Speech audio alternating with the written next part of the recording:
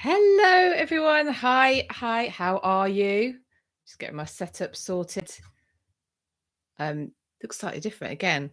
I don't remember how I set this up every time. There you go. But welcome to the last history chat of 2021. Thank you all very much for joining me live. If you've managed to join me live, I'm streaming live on Instagram and YouTube. And also, if you are on the catch up, or you may well be listening to this on the podcast. I know quite a lot of you actually catch up on the podcast. Hi, welcome. So yes, this is going to be the last one of 2021. I'm going to take a break now, so I'll be back on the 6th of January. Welcome everyone. I can see you all joining. Thank you for being here. Thank you as well to a lot of you who turn up every week and have been supporting me the whole time. Just turn my emails off so they don't ping. Hi, Janice. How are you? Janice is one of my patrons. She is ace, and we chat quite a lot, don't we?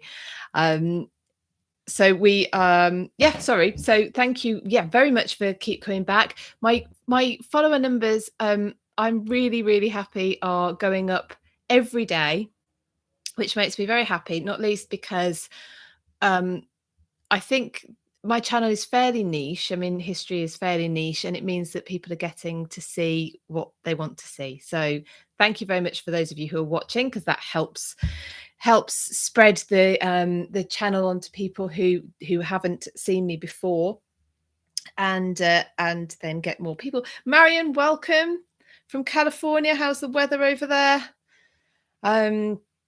Yes, so 2021, another year of upheavals and whatnot. But do you know what? It's given me the opportunity to do this. This was not something that I was doing previous to this year. In fact, I can't even remember when I started. So these live chats every week were supposed to be just a quick way for me to round up what videos were going out, what live events were happening, just to let people know. And then when we sort of get into the subjects about what I've been doing or what's coming up, we have got into some quite interesting discussions. So please say hi in the comments, give me a thumbs up as well if you are on YouTube, or if you're all the Americans say smash the like button, but that's just a thumbs up, isn't it? So I don't know. Smash the like button. And Indita, welcome from India. How are you? I hope you're well and your channel looking festive today. Thank you, Janice. So I red lipstick. This is Toe Caps. Hi, welcome from Birmingham. You're not far away from me. The red lipstick is my nod to the festivities coming up. If you're on YouTube, you can see my advent calendars that I keep going on about. You can't see any. A few fairy lights you can see if you're watching on Instagram. I was going to wear a hat, but it is boiling in this room. I forgot to turn the radiator down, and if I wear this, I am going to probably lose consciousness through too much heat. So there you go. That's what happens in a well-insulated house. Obviously, I don't have the heating on too much. Thank you, Anindita. You look stunning. Thank you very much. You're very sweet. Right, so we have quite a lot again to talk about, because any of you who've been following me for a while, especially on YouTube, but also you'll have seen it on Instagram, I have been putting out these sort of snippets. In my head, that's what I was calling them, of history, of things that happened in this week. And that goes back to 2020, when each week I did a roundup video of events that had happened in that week. Now, the problem with that is that there were a lot of topics within one episode, and so people were missing the topics. Anyway, so I decided for this year to split them out and put them out on the actual day of the event. So that is what has happened. And there are 97 episodes this year. So if you haven't been keeping up with them and you haven't got anything to do one day over the holidays, then maybe you can catch up with some. And they are easier to find because they are, or easier to see whether you would like to watch them because they are per topic. But I've got quite a few lined up to come out over the next few days. In fact, 2 went out today. I'm going to try, and I think they're not going to go out exactly on the date of the event as we come up, because there's 3 that are for Christmas Day, or 1 Christmas Day. I'd have thought you probably got better things to do, and the fact that there's 3 events is a bit too much to put out all on the same day. All of them are on the podcast as well, by the way. So today, or rather, today, midnight my time, the 2 videos, the English Bill of Rights has gone out, and the birth of Catherine of Aragon, because we're on Catherine of Aragon's birthday today. So you can see both of those videos. Hi, everyone. I can see everyone joining. Thank you so much. While you are all here, I want to say thank you so much for your support over the year. I'm taking a break after today until I think it is the 6th, the Thursday, first Thursday in January is the 6th. So that's when I'll be back. But I am taking a bit of a break. But I want to say thank you so much for your support. I have got a few things in the pipeline for next year. To make everything a little bit, not everything better, I was going to say. Not that I'm not enjoying as it is now, but maybe a little bit more structured. Anyway, back to the snippets. So one thing I do want to mention is that these snippets, so like I said, 97 episodes. I can't believe it got to that many in 2021. And 2022, I am going to be doing things slightly differently, because I will be back touring, despite what the world's politicians keep putting in my way. But we will be back touring, absolutely. Which means I can't put together 97 episodes of stuff. My lives will continue, so I will be here each week. But in terms of my documentary style videos and podcasts, there will be 1 a month, but I'm going to be able to do them far more in depth. I'm really looking forward to that, actually, getting really into topics and having that time. So I have a few that I am absolutely set on. I will be doing one. I will be doing one on Queen Elizabeth II, because it is her Platinum Jubilee in 2020. Hi, Joanne. Thank you for your email, Joanne. Joanne is coming on tour with me and Sarah, Tudor Travel Guide. We are touring together in September, and Joanne is coming. And thank you for sending me the email to show me the seal on the Christmas card I sent, because that I was wondering if it would make it. What was I saying? Oh, yeah. So I have a few of the titles sorted. One is going to be on Queen Elizabeth II, but I don't know exactly how I'm going to cover her. I may cover her events that have happened during her reign. I'm quite keen to cover how her coronation was reported on in the press. Basically, I have original, thanks to my nana, who I lost a couple of years ago. I have original Tatler magazine and another one I can't remember, of the coronation. Which, I mean, I'll end up sharing it.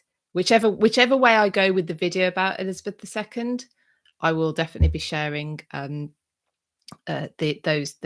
Good morning, Joanne. I will definitely be sharing those publications with you, because they're stunning. Do you know what else is interesting? Not just how the Queen's coronation was covered in the magazines at the time, but the adverts that are in the magazine, the other articles that are in the magazine.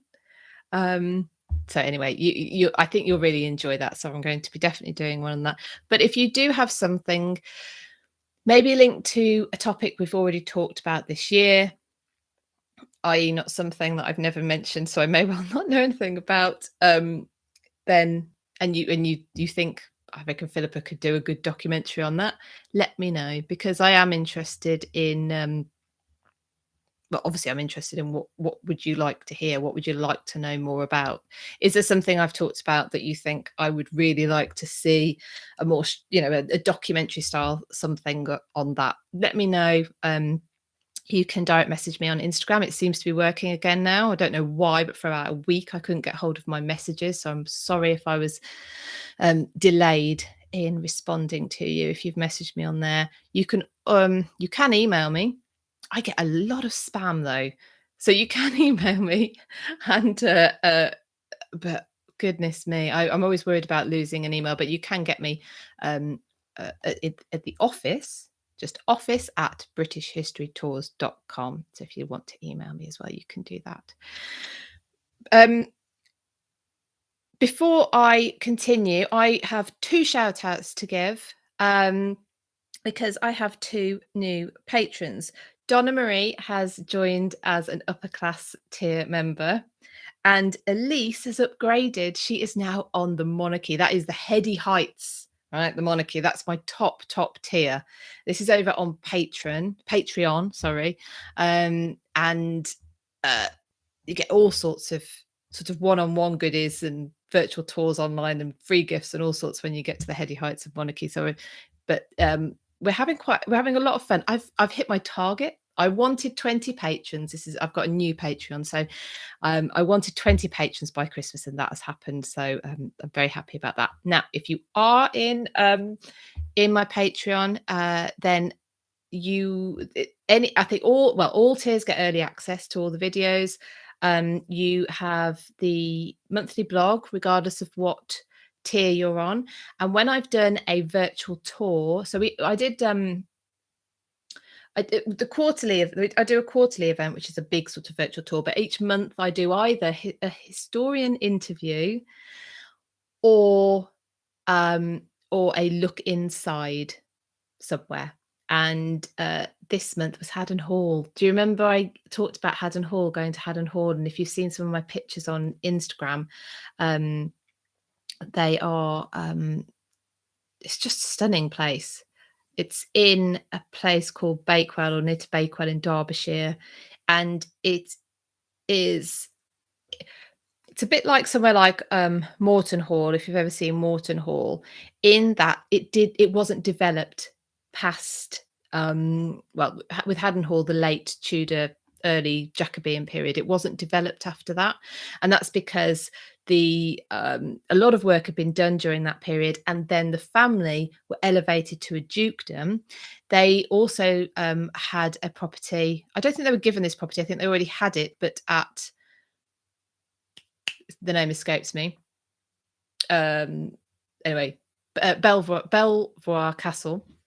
And so the family moved to there as their primary residence, leaving Haddon Hall in a fairly up-to-date by that point state. So nothing needed to be done, but also they weren't living there. So it wasn't, in quotes, modernized during any time. And so by the time, I think 200 years later, I think it was the 9th Duke. This is off the top of my head, so I may have it wrong. There's a portrait of him as you go into the main part of the castle, just before the banqueting hall. When he became the Duke, he renovated it and got it back up to scratch. Because obviously you don't want the actual fabric of the building falling apart. And decided, therefore, to leave it pretty much, I think, as it was in Tudor times. And that's why we have this. That's why it's so Tudor-esque, because people weren't modernizing it, which is almost the same. It's not quite the same story as Moreton Hall. Moreton Hall was lived in, but by tenants. So people who they didn't own the building, so they're not going to update it, and they weren't very well off, so they weren't going to update it either. And that's why Moreton Hall ends up as a bit of a time capsule. Anyway, so Haddon Hall is the look inside that for this month for patrons. And the patrons on the upper class tier, they get a shortened version of whether it's an interview or a look around. And then anyone above, so nobility, royalty or monarchy, get the full version. which at Haddon Hall, I think I mentioned last week, ended up being the downstairs, or the downstairs and the upstairs. So it worked out quite well.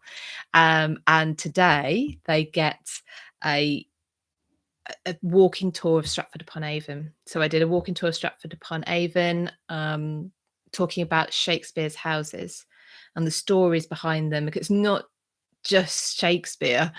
There's a lot, obviously, that was related directly to Shakespeare, but things like how come the Shakespeare's Birthplace Trust was set up, and that was as a direct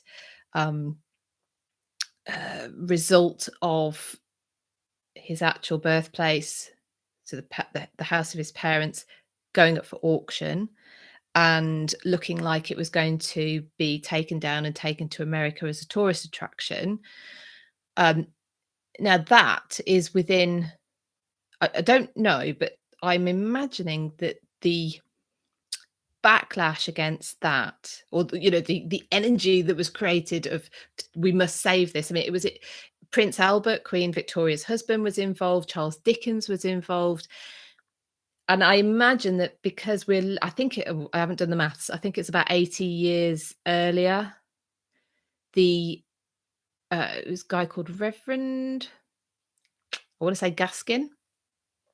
He owned New Place. New Place is the house that Shakespeare bought when he returned to Stratford. It was the second largest house in Stratford. Cost £120. And the Reverend who was living there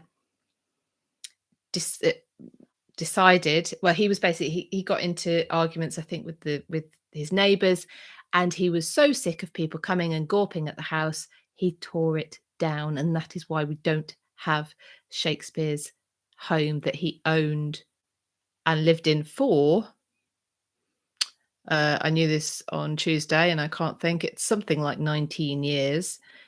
Possibly wrote The Tempest there, but we don't have that building. So we're within less than a century and the birthplace comes up for auction. And I imagine that was still in people's minds. And anyway, so that led off a series of events and eventually the Shakespeare's Birthplace Trust is created. But anyway, so I've gone around Stratford telling these sorts of stories about the buildings, about why they're there or not there, who lived there. There's a house called Harvard House in Stratford, not linked to Shakespeare directly, but the family who built it would have been contemporaries with Shakespeare's, so John and William Shakespeare, and the Shakespeare family. And that is directly linked to Harvard University, but you will have to have a look at my TikTok, which I have literally set up within the last 2 days. Bear with me because I may take a little while to get my head around it. But I have a video. My first video on there is about Harvard House in Stratford. Why is it linked to Harvard University? How is it linked to Harvard University? So that is on there. I am on TikTok. I am at _British_history. And I have a horrible feeling that I set up TikTok about 2 years ago with my British history handle and then decided I wasn't going to use it and got rid. Anyway, so I'm now _British_history. So come and find me on there. I would love you, if you're not already, to have a look at my Patreon. You're more than welcome to do that. You get all this stuff that I'm talking about in much more detail with all the imagery and videos. And as it grows, I'm going to be able to add more and more as well. And we're going to start having competitions next year as well. We're going to have a competition here actually as well, but it will be a just for fun competition. I'm going to start that next year. I'm going to be sitting there with my it's an electronic pad. This is as much paper as I use now. Anyway, making notes of questions to ask you, and then you'll have to come back the week after to get the answer. So anyway, we're going to be doing stuff like that. It's going to be fun. Marion says, Marion has one on King George VI. I presume you talking about the magazine now that I was talking about earlier. I have a couple of magazines. One is definitely Tatler, which is the coronation special from the time that Queen Elizabeth II was crowned. She loves the cars of 1936. It's from her grandpa. Yes, that's what the other thing I was saying about these magazines, the adverts in them, the clothes, the cars, there's all sorts. Anyway, I will be sharing that with you as it comes up. So let me just have a sip of my Christmas Santa sponsored mug. John says, good morning. Good morning, John. Will I be doing Tudor dances in TikTok? No. Well, I don't know. I don't know Tudor dances. Is that a bad thing? I maybe someone can teach me some Tudor dancing, and then I'll do some Tudor dancing. What I need to do that is I need to buy myself a Tudor dress, because I was kindly lent one by Samantha Rees, who's Tudor legacy. She is the Queen's Wardrobe and the Tudor Royalty Experience. John says I didn't think so. A few people do them. Well, a few people dance as dressed as Tudors. I'm not sure they're doing Tudor dances, but I think if I was going to do it, I'd prefer to do, or I would do something that was, I don't know. I'm so new to TikTok. I get it. But anyway, bear with me. Come and follow me there. Support me. I would really appreciate it. And I will start to do some more videos there as well. But in the meantime, anyway, there'll be there's going to be the videos on YouTube. So like I say, the Bill of Rights and Catherine of Aragon's birth. Imagine it's a bit odd that next time there's a live, it's going to be 2022. Yep, feels like this year was a moot point, like 2020 and part of 2019. Do you know, I have, because I plan my tours, British history tours. Obviously, I'm planning a year or two in advance all the time. So my brain is constantly doing a flit between what is the year now, because I'm working on something that's in the future, and then the addition of these 2 years of, insert your chosen word here, it makes time. It's been quite difficult to keep track of what year it is. So yeah, because I think we all thought, oh, we'll be fine by 2021. 2021 will be fine, and we are a few days off 2022. But yes, so the next live will be in 2022. Also, all of the other lives that I do with so Catherine's just joined, not just the Tudor Tracker. We do together with Katrina Marchant. We are in the History and Culture Club on Clubhouse, and we get together every Monday at 5 o'clock. All these times are London times, every Monday. So that will be back the 7th, 8th, 9th, 10th of January. But we also do History After Dark, and we have plans for History After Dark. We're very excited. Eventually, we're going on the road. We've decided, but not straight away. We are going to be meeting more in person, though, so you'll be able to see us together doing our discussion. So History After Dark, for anyone who doesn't know, it started on Clubhouse. It was in the History and Culture Club. We've moved it onto Instagram now, and we do it as a live so that people can see us. We've always been on Zoom when we're on Clubhouse, so that we know if each other want to come in, we can see each other's reactions, etc. Makes it easy to manage as a group that are discussing things or presenting things. But we moved it to Instagram so you could see our faces when we're talking about stuff. History After Dark will be a podcast from January as well. We have been recording, so you will be able to catch up on some of the episodes we've already done. The ghost stories and the telling of them is definitely one. Mad, Bad and Dangerous to Know is one. Catherine, I can't remember off the top of my head other ones we've done. King John.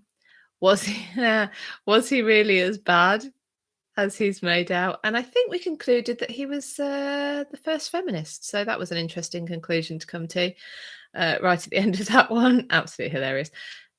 There's others, but they are really fun, really different way of looking at history, because it's just rains off. We just say what we like. Informed, obviously, but we say what we like. So they will. They will be. So the History After Dark will be back on the 5th of January, 8 o'clock at night. On, I don't know, follow my Instagram, and you will. I'll share with you whose platform or whose profile we're going live on that date. And then the Tudor History Club is back on the first Friday in January. That's the 7th. 4 o'clock, we'll be going live on Instagram with the Visit Tudor Britain room. And at 5 o'clock, we'll be live on Clubhouse doing the Tudor History half hour, which is never half hour. I should just start calling it the hour. It's a history hour. And the 4 o'clock one, the Visiting Tudor Britain, that's myself, Tudor Times, which is Deb Royal, and Sarah Morris, who is the Tudor travel guide. So there's going to be quite a lot of exciting things. I think 2021 has given us a chance to have a go. We've had a go at Clubhouse. We've had a go at doing the Instagram lives with these history discussions, the group of us, which we have only started working together this year as well. It's been really fun. And now we're developing it into something more. So hopefully you will be able to join us more for that. And so that will be really fun. I also, this week as well, I'm a journalist, History After Dark is more fun now. It's visual too, to be honest, because it feels like we're all at a cozy cafe having brew and a laugh and learning stuff. What more can I say? That's perfect. Yeah, I worked it out. It's a typo. Perfect. That's exactly it. We have a laugh, but we are discussing history. I say we have a laugh. It is a laugh. We generally do have a laugh, but we've done serious topics that are also topics that perhaps are not. They're just ones that you wouldn't, I don't know, have on in front of the kids. Maybe I think we talked about. Did we do executions? And I can't remember what we did. We might go into some of the more the macabre details about things. Yeah. Anyway, so it's that kind of thing. So it's not all just. We do have a laugh, but it's not just about having a laugh. It's about the history as well. So it's fun, and it will be developing. We are going to get together for History After Dark more in person. You will be able to see us more, actually interacting in the same room. The problem is we all live about 3 hours. We live in a triangle, and there's about 3 hours between the lot of us. So even to get to the middle of the triangle is about 3 hours for all of us. So there's some logistics there. But anyway, that will get sorted out. So it's Weather Stratford. Have a look on my Instagram after this. I've shared a picture of thank you, Joanne. Philippa, Catherine, and Kat are a smart and funny trio. Yay! I like these. I might write these down and use them as sort of reviews. Watch us. This is what people say about us. Oh, we're going to come up with merch. We have to come up with merch. There is so many just hilarious phrases that are coming out that we'll probably make merch just for us to wear, even if no one else is interested. It would be funny. So so as well as Stratford, like I say, have a look on my Instagram and Facebook. I've shared a picture of the birthplace. I was there all day, but I was there into the evening. It's dark here, about 4:30. It's fully dark, and I took quite a few pictures around at dusk. I don't know if I've shared it yet. I will. I took a picture of there's a sculpture of 2 swans. You know where swans, it's all right, Joanne. You know where swans, when their necks come around, it makes like a heart sort of thing. Anyway, there's this sculpture of 2 swans, and it's near to the Royal Shakespeare Company of the theatre. Imad Journalist, we can send them you so you can crop and use if you like. Also, yes, please on merch. Cool. And Andita, in the coming year, would you focus on the domestic history or would you try to investigate the diplomatic relations back in those days? Well, it depends on what era as well. So I was going to, a few of you who've followed me for quite a while now will know that I was thinking of going down the route of looking at particular people in history. And when I made my list of people I thought, "Oh, I'll do those," it was all women. And I thought, okay, fine, I'll theme it that I'm going to do women in history.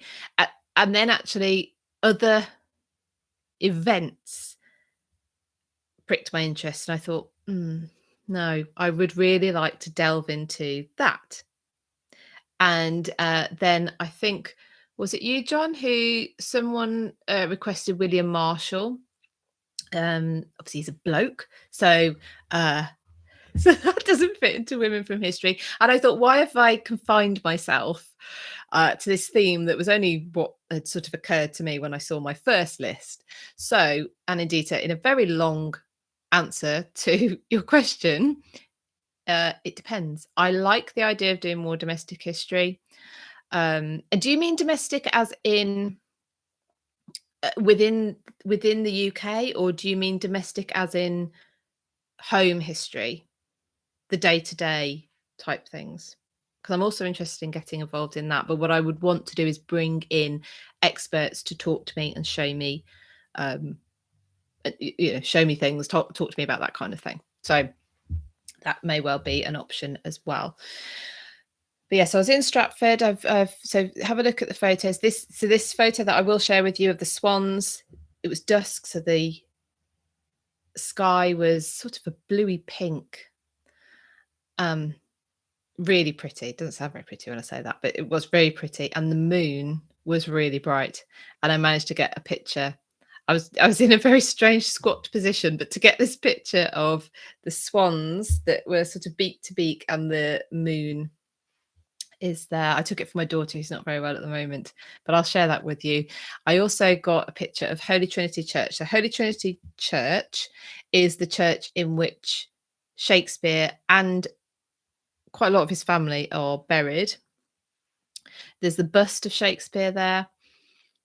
That's one of the stories I tell in this walking tour of Stratford, sorry, for the patrons. Sorry, Andita, domestic as in British history. Okay, yes, I will be continuing with domestic then in that case. Yes. And talking about how it I'll tell you something actually. I'll come back to that in a minute because I'll come back to that in a minute. Yeah. So so Holy Trinity, and the sun was coming up the back of Holy Trinity. It sits on the River Avon, the church does.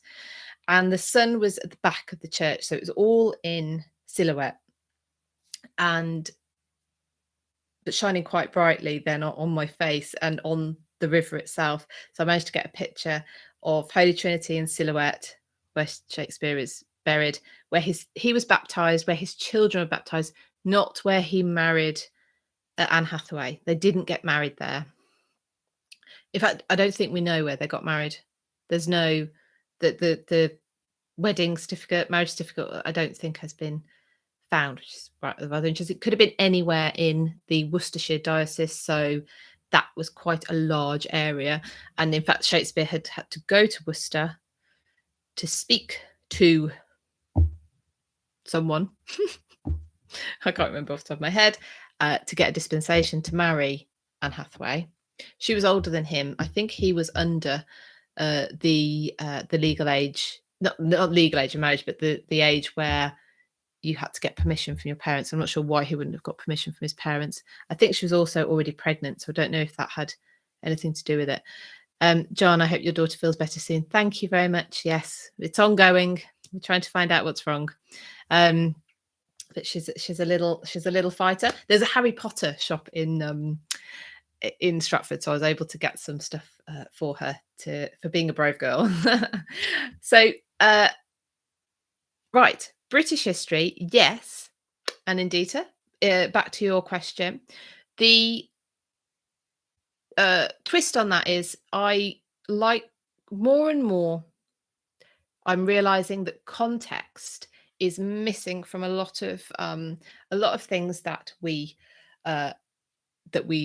look into. Sorry, hold on a second. Am I a journalist? I think I need to read Shakespeare's biography, seeing as I love his plays. For we have a good book. Do I have a good book on that? Thank you very much. Catherine says she was driving before, so I couldn't respond. Catherine, I was just trying to think what other pre-recorded episodes we've got. History in 10 words or less. Yes, that was good one. Who joined us for that? That was really fun. So we came up with a description of a historical event. It had to be in less than 10 words, and everyone had to try and guess what it was. A good book about Shakespeare. Bill Bryson's Shakespeare. He's got one on Shakespeare. I don't think I've got it to hand. Also, if you go on to YouTube and look for Cassidy Cash, she is, I think she's on as Cassidy Cash. Yes, she is on YouTube. The other part of my day on, when was I there? Tuesday in Stratford, was doing a, yes, Catherine, that is the same Joanne in the comments. I was filming what would Christmas be like in Shakespeare's time in Stratford, and I did that for Cassidy. But Cassidy is all about Shakespeare.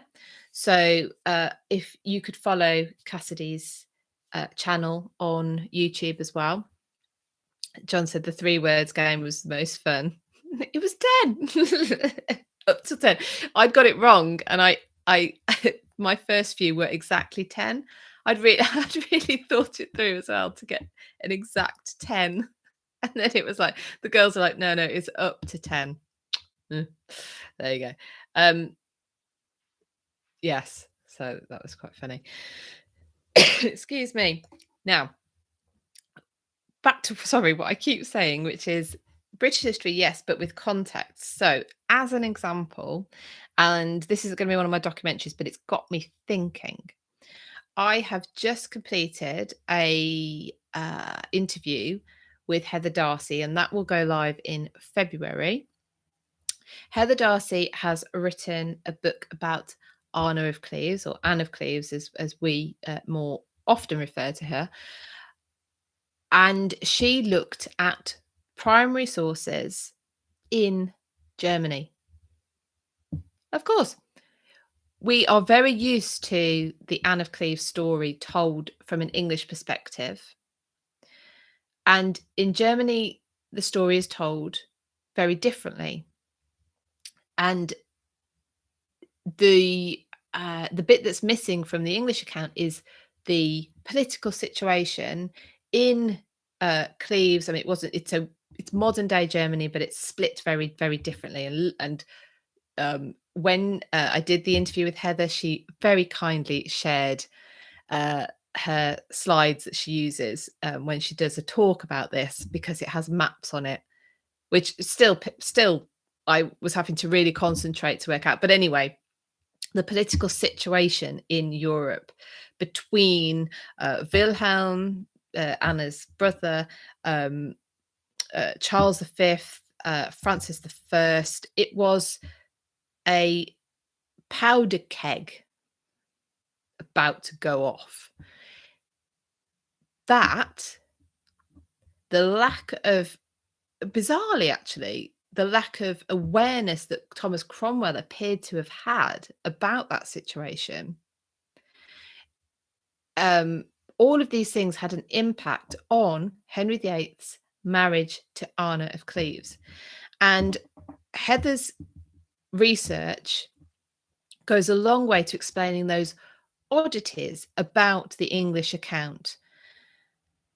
Like, I've never fully bought into the idea that Anna was supposed to kiss a stranger when Henry VIII turns up, and he comes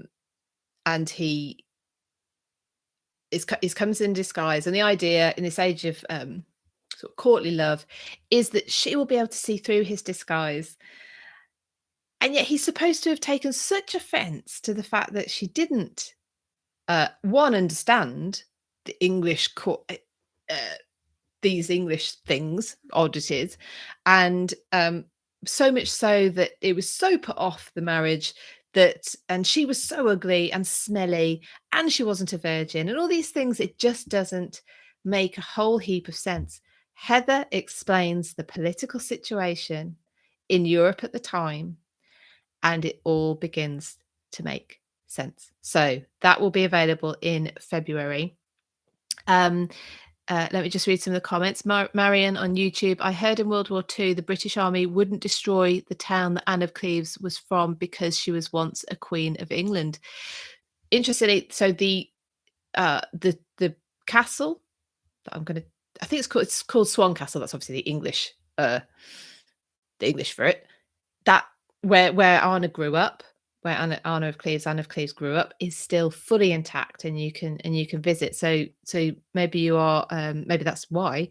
John, the European powder keg eventually became the 30 Years' War. Yes, I think it did. When you look at when Heather explains, when you look at this political situation in Europe, the fact that her entourage had to make a quick exit to get back to Cleves because they didn't know when it was going to kick off. They just knew it was going to kick off at some point. It makes a lot more sense because once Henry does secure his divorce annulment from Anna, well, he wanted an annulment, of course, she gets an extremely generous settlement. And then they get on like a house on fire. The other thing that never stacked up for me is when he once Catherine Howard was executed, Anna had made noises in the direction of, will he marry me again? That doesn't sound like someone who doesn't like him. She's already very comfortable because she has a great divorce settlement or annulment settlement, whatever we want to say. And yet she still entertains the idea of marrying him again. Why? Why would that be the case if he was so bad to her? And Heather it's a really interesting thing. And indeed, I would be looking forward to the Heather Darcy interview. I met her on Clubhouse, and from there we became very good friends. Oh, fantastic. She is very sweet. She is very sweet. She's brilliant. Janice on Instagram says Heather has such an interesting perspective on these events. She does. And she talks about how, I asked her, and she talks about how when she looked at the evidence, it was like, hang on, am I reading this right? Is this really what happened? Because I've got this is so different to what we sort of already think we know. She talks about that. It is an interesting perspective, and like I say, it just starts to make more sense. John wants her book. So as part, should I say this? Yeah, I might as well. So when I have a historian on, I am going to run a competition to win their book each time I do that. There will be a question. It will be based on the interview, so that you have to listen to it. And that will start with Tracy in January, Tracy Borman, who I interviewed a few weeks ago.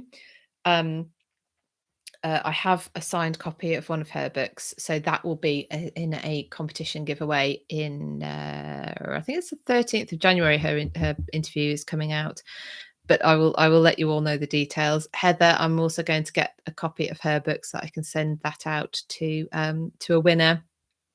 So I don't know that I'll get a historian every month, but when I do, I will run a competition so that you can perhaps grab a free copy of the book. There's also going to be competitions in my Patreon as well. So that was a great interview.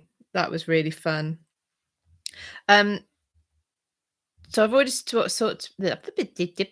talked about what's been happening in Patreon. So I know I've got some new patrons. I honestly, that it's building so wonderfully here in YouTube, Instagram, Facebook, but my Patreon as well. I'm at it's making me feel a warm and fuzzy, especially in I've been grounded as as my dad would put it in the past couple of years. So this has been fabulous. I have been able to share history with people, which is what I wanted to always do, which is why I set up British History Tours, and now I have this way of doing it as well. So even once I'm back touring, this will be continuing. But yeah, so in Patreon, you've got the Lindisfarne Gospels blog. Lindisfarne Gospels, fascinating. They are, I was going to say, they are the oldest. Yeah, read the blog. Come and join my Patreon and read the blog. But the Old English in there, the gloss. So basically an interpretation or a translation, that kind of idea. I mean, where we get the word glossary from. Joanne, the silver lining of this pandemic. Yes, I have. Yes, I'm going to come back to you, that in a minute. And Indita, will that interview be available for the public? So the Heather Darcy one will. Yes, it will. What I'm doing for patrons is when I have not for Heather's, actually, Joanne, you're going to pick up on this, but for Tracy's, patrons got to ask their own questions, so put in their questions before I did the interview. Tracy answered them, and that part of the interview will only be available to patrons. So that ability to ask the question and that part of the interview will only be available for patrons, but the rest will be available on free to the general public. So where did I get to? There was something else I was going. The silver lining of the pandemic. Yeah. Oh, let me just take a sip of my tea. I've also got a mince pie here, but I can't really eat in front of you. That can be my reward after talking for an hour. Yes, so the pandemic has just thrown everything up in the air, hasn't it? Everything we thought we knew about everything as well, about everything. Thrown it all up in the air, and it's falling back down, but we can make changes where you want to make changes, I think. And there's bits we can control and there are huge bits we can't. So I've embraced the bits I can control.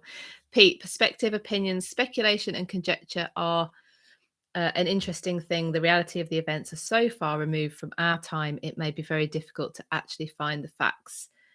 Are you talking in general there, Pete? Or are you thinking of something particular? So I think history is a perfect opportunity to learn the skill of open-mindedness, of being able to change your opinion, expand your knowledge, which is linked to the point I was making a little bit earlier. We're talking about Heather and the story of Anna of Cleves' marriage to Henry VIII, that context. Another discussion we had this year on Clubhouse with a lady called Beatrice, who's an Italian tour guide. She tours. She does tours in Florence and other places, but Florence is her main base. She came onto a Clubhouse room and we talked about the political situation in Rome, well, in Europe, but focusing on Rome and the Pope at the time that Henry VIII was petitioning for his divorce from Catherine of Aragon. It throws whole new light on it because there's, guess what? There were other people in the world with other things to think about than Henry VIII. Like, we look at it from sort of a British English centric perspective, and we just need to remember that there's lots of things we haven't thought about. It just opens up the conversation. I think it's really fun. And at the end of the day, we're talking about people, aren't we? We're talking about people doing things, making decisions, emotions. These are all things that are not set down as a truth, not truth, facts. Yeah, we can do dates, we can do places, we can have facts like that, or even dates. I mean, the calendar changed I did a video on that. 17. Someone Google it for me. And the calendar changed from oh goodness, tell me, to the Gregorian calendar. Was it from the Gregorian calendar to the one we've got now? Now that was a Pope diktat. So the countries that were still linked to the Pope, loyal to the Pope, changed earlier than those who weren't, like England and England and Britain. So we had this date shift. We lost 9 days, depending on when when each country did it. They lost. Thank you, John. Julian, to the Gregorian calendar. Thank you very much. Depending on when the countries adopted that change, depending on how many days they lost. Anyway, I've done a video on that. I'll have to dig it out and share the link with you, because it's just bizarre. So even dates, these facts, we want facts. Even the dates are a little bit. There is only a few things on this planet that are absolute. The rest we've made up. If you think of it that way, we've made it up. So anyway, but it makes it very interesting, doesn't it? And I also think we can learn from history. So individually, learn to keep your mind open, learn to assess what you think as new facts occur. And so I think it's a healthy exercise, and I get to meet people like you. So that is always going to be for the greater good. I forgot last week. Oh, I nearly forgot this week as well. I forgot to tell you about the phrase that was uttered by James V of Scotland when he heard about the birth of his daughter, Mary, Queen of Scots, who would become Queen of Scots, aged 6 days when James died. And he uttered, was it adieu, it came we alas, and it will pass we alas. And I promised you last week that I would tell you what he was on about, and then I totally forgot. So I'm going to do that now, because otherwise I'll forget again. So there is a video of that. Sorry, let me just, I think I wanted mine a record. Interesting, isn't it? Because in that respect, because he had 6 wives, there's this lumping together and this concertina effect. We have to summarize. We need like a quick fire way of understanding. You are all into your history, so you will be aware that Henry's first marriage was for over 20 years. But you speak to someone who just has a sort of a cursory knowledge of Henry VIII, and you'll get a few things. You'll get an assumption that all of them were similarly in duration. You'll get, they have the impression that I've heard it a few times, that Henry VIII killed all his wives, all of them. I mean, 2 is going some, and arguably 3 if you think of what he did to Catherine of Aragon. But yeah, he didn't kill all of them. He's bad enough without having done that. And the other thing was that he only married in order to get a son. That doesn't make sense after a certain time. So yeah, I think you're definitely right, Pete. Is my long way of answering that, Joanne. Oh, thank you very much. So Joanne and Janice, these talks have saved my sanity this year. Do you know what, everybody? It saved my sanity this year. So thank you for being here. Pete says, don't get me wrong, it's all fascinating, but the paper trail on someone like her may be very short. Pete, indeed, in the UK, and that's what Heather, that was the genius of what Heather did, was she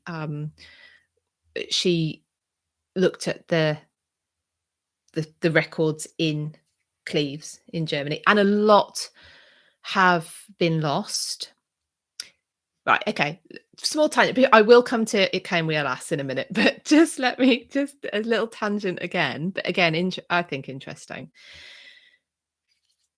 Birth dates. How many times, thanks, a mad journalist, how many times do you hear, "Oh, we don't know her birth date because she was just a girl," and girls' birthdays weren't recorded, okay?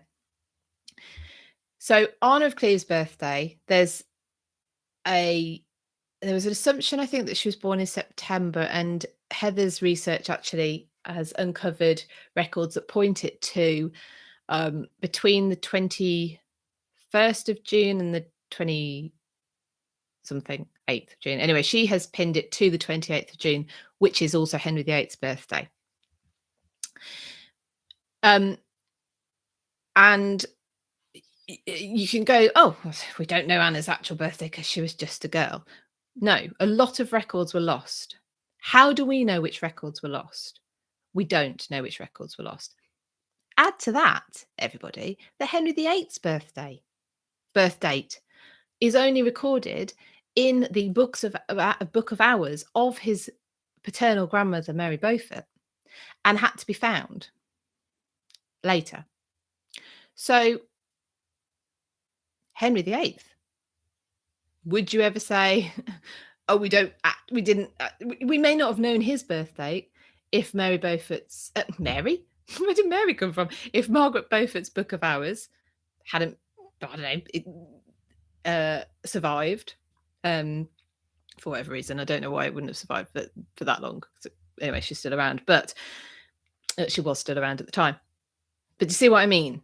It wasn't given any reverence. Henry's birth. And again, what records have we got? What records have we lost? Let's not assume that absence of evidence is evidence of absence. I heard that the other day, or the other week. I think it's brilliant.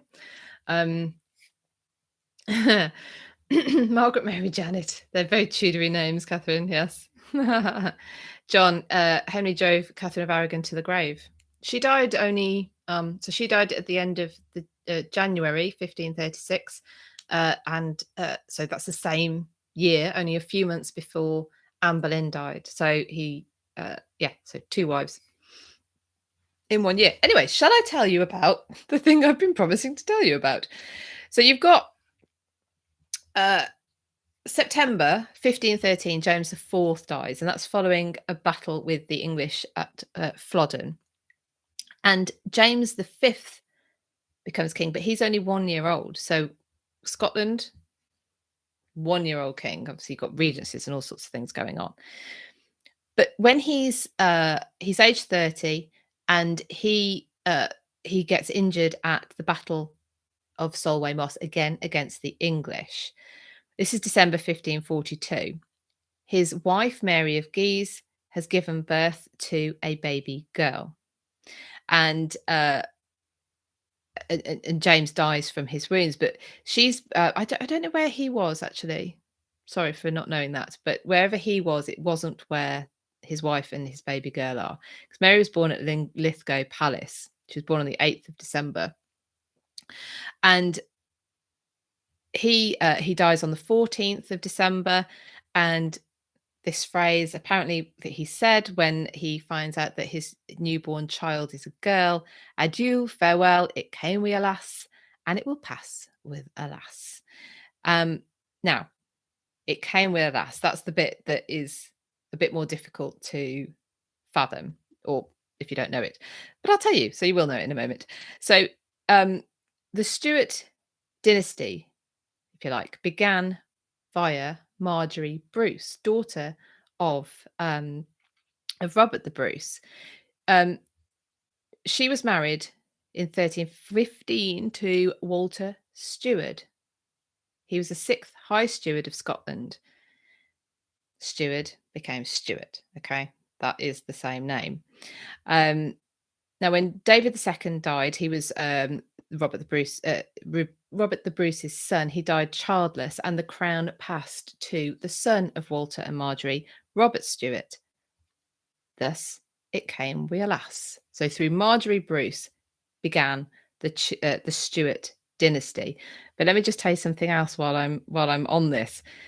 So the name Stuart is a reflection of the post of High Steward. The actual family name was FitzAlan. Anyway, just thought you might know that. Like to know that. I'll be testing the other next year. This might be something that I put into my. Then it will pass with a lass. I think that was just more to do with she's 6 days old, right? She's 6 days old. They've lost, I think, 2 sons. Was it the year before? Infant mortality is high. James would have known death more than anything, than longevity.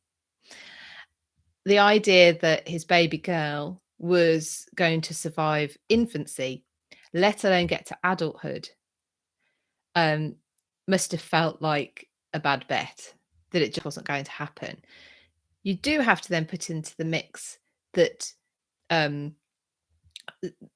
she would have children, and the risk associated with pregnancy and childbirth. So you can see where he's coming from, with the idea that this is it. It's gonna the Stuart Dynasty is gonna finish now because I've left a girl for the throne. So anyway, there you go. So but I think the story of how the Stuart Dynasty began is I think it's quite interesting. Did you find that interesting?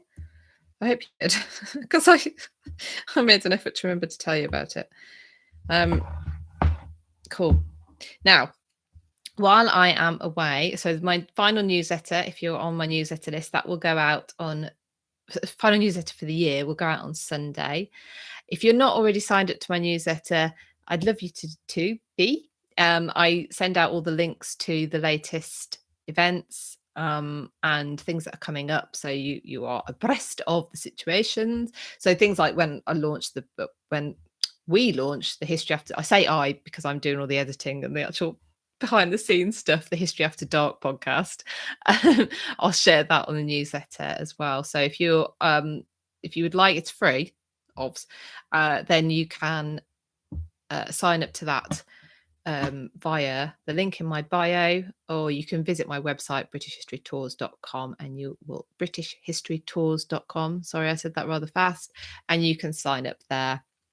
You'll also get information about new tours and events. Events are coming. John has lost his sound. Is that me?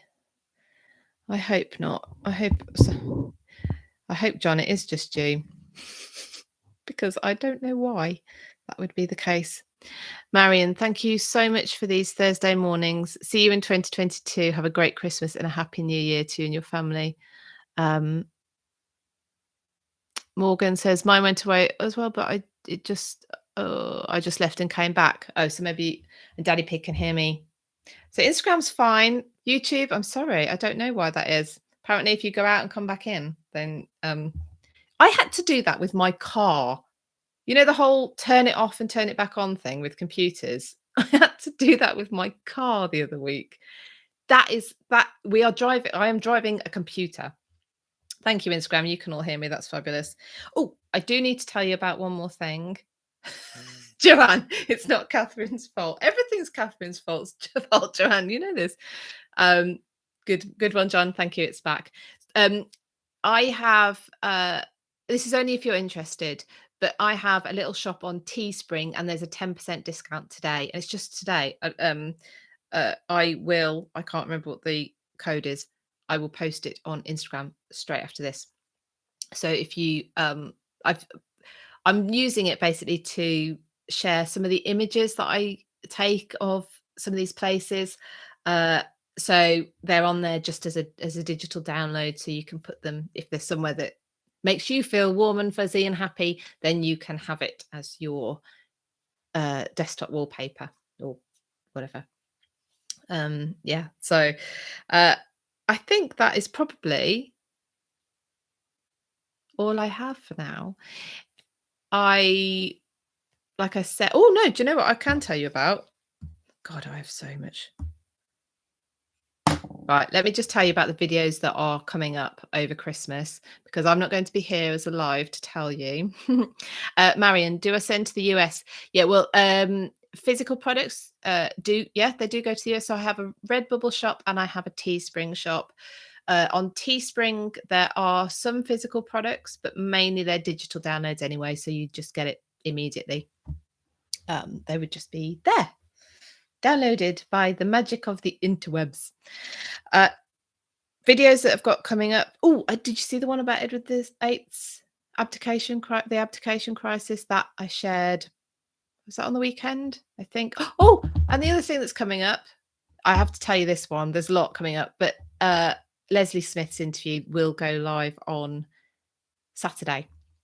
Patrons, you already have access to that. Everyone else, you will get access to that on Saturday. That's very, very good. You have to listen to that.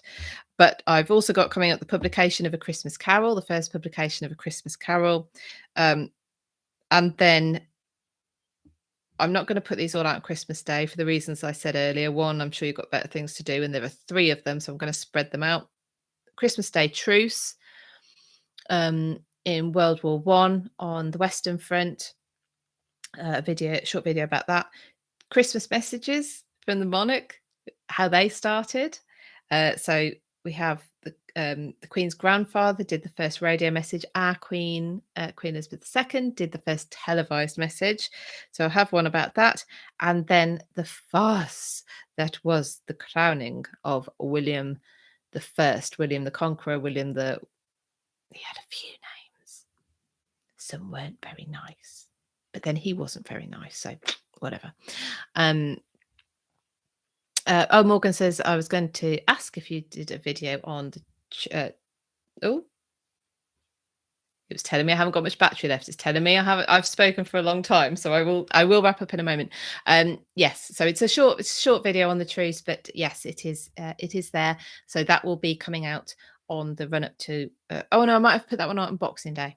Anyway, it's around Christmas, so there you go. So there will be still stuff coming out, but me as a live person, I will be alive, but as a live, I won't be here again until the beginning of January.